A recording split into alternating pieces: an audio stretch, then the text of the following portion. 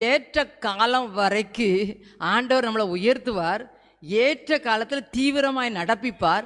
அது வரைக்கும் ஆனால் நீங்களும் நானும் எப்படி தான் இருக்கணும்? பொறுமையாக தான் இருக்கணும். சில அடிமைத்தனத்திலும் இருக்கணும், சில சிறைச்சாலையிலும் இருக்கணும், சில பாடுகளையும் அனுபவிக்கணும். அது உண்மைதான். இந்த வேதத்தின்படி அது உண்மைதான். பாடு இல்லாமல் பரலோகம் கிடையாது. No cross no crown. இன்னைக்கு உலகத்தில் சிலுவையை சுமந்தாதான் கிரீடத்தை என்ன செய்ய முடியும்? பரலோகத்தில் சூட முடியும். சும்மா இப்போ பாருங்கள், இந்த யோசேப்புலாம் சொப்பனம் கண்டார். அந்த சொப்பனம் கண்டவுடனே வீட்டில் உள்ளவங்க சகோதரர்களே அவர் என்ன செஞ்சாங்க? சிரிச்சாங்க, பரியாசம் பண்ணாங்க. சொப்பனக்காரன்னு சொன்னாங்க, உன் சொப்பனை எப்படி நடக்குன்னு தூக்கி குழியில் போட்டாங்க. இன்றைக்கி நம்மளுக்கு குழியில் இருக்கிற அனுபவம் இருக்கலாம். அந்த குழியில் போட்டதை எடுத்து பணத்தை கொடுத்து விற்று போட்டுட்டாங்க. சகோதரர்கள் விற்று போட்டாங்க. நம்மளை யாரும் விற்கவும் செய்யலாம். அங்கே விற்று போன இடத்துல கொண்டு ஒரு இடத்துல அவங்க இன்னொரு இடத்துல விற்றாங்க. அங்கே செய்யாத குற்றத்துக்கு சிறைச்சாலையில் போடப்பட்டாங்க. இவ்வளவு சூழ்நிலை கடந்து வந்த பிறகுதான் இந்த யோசேப்புக்கு